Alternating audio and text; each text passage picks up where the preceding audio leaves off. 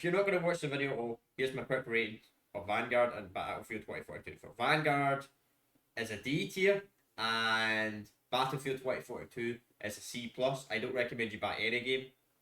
There you go. You can leave now if you want. But let's, for everyone else, I'm going to be rating all the game modes in each game and why I gave it that rating. So let's start with Vanguard. The story of Vanguard I thought was pretty decent. Call of Duty campaigns are mostly done well. The only really bad Call of Duty campaign I would say was probably Black Ops 3. But the campaign's just a little bit short, but it is fun. And I'd give it a 7 out of 10. I think it's the strongest part of Vanguard. And it's really done, they've done really, really well with the story. Alright, let's go to multiplayer. Multiplayer, if you don't like Modern Warfare 2019 or you don't like the engine, I would not play the multiplayer. 16 maps at launch is cool. That's very good to know, but it's got broken weapons, got broken metas. There's a lot of glitches and bugs. There's just a lot of issues. The game runs pretty poorly on PC. It can run pretty bad on consoles as well. Alright, let's talk about the zombies real quick. Zombies, 0 out of 10. If you're a big fan of the original Call of Duty Zombies from like World at War to Black Ops 3, just skip Vanguard. Seriously, you're not missing anything. It's nothing like the original Zombies. The Zombies is not even meant for zombie players. I think it's meant for Warzone players, and that's all it's recommended for. Actually, I think it's so bad. It's one of the if you're just don't buy the game at all if you're just playing for zombies. Just skip this code completely for zombies. Just wait a couple of years. Maybe wait to the end of the year. I don't know. You never know. Maybe they'll make it better. But here's my overall rating of Vanguard. So that's a D. So that overall I would give it a 12 out of 30. Vanguard.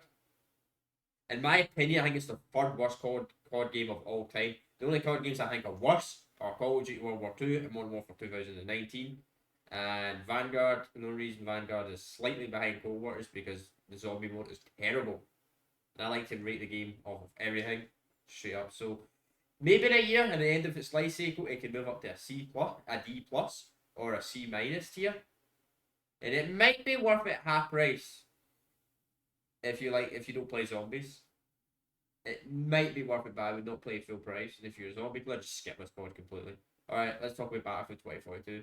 Hazard Zone, we'll start with that, because I'm going to equal that to campaign. Hazard Zone's a 4 out of 10.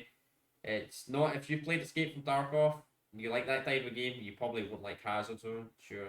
If you're a controller player, at least you can play it, I suppose. If you don't play a mouse and keyboard at all, it's just so basic.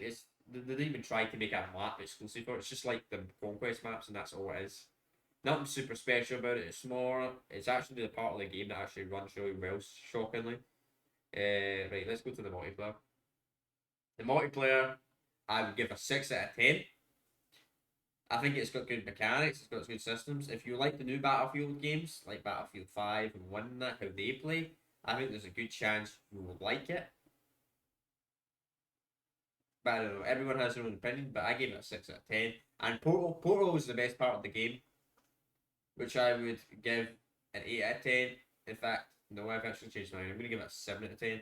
Why? Because there's an XP cap, and the XP back is so bad. I don't even know how it is. I know there's XP farming lobbies, but Portal's really done really, really well. Really good. Now, people might not use it as excuse me, I'm not buying the game for Portal. Well, it's up to you. You do get free the original Battlefield games, like Battlefield 1942, Bad Company 2, and Battlefield 3. And you never know. They might add more maps. They might add more maps to Portal and maybe even new games. Like, I kind of want Battlefield 2042 to come to Portal because I never played that Battlefield game, and it'd be interesting to have a futuristic Battlefield game in Portal. So, Portal's easily the strongest part of the game. And I'm going to give total score an 8 out of 10. I think I'm going to stick with that 8 out of 10. And I would give the total score an 18 out of 30, which would, for me is a C plus tier. But here's my quick recommendations. I've not played all the Battlefield games. The first Battlefield I played Bad Company.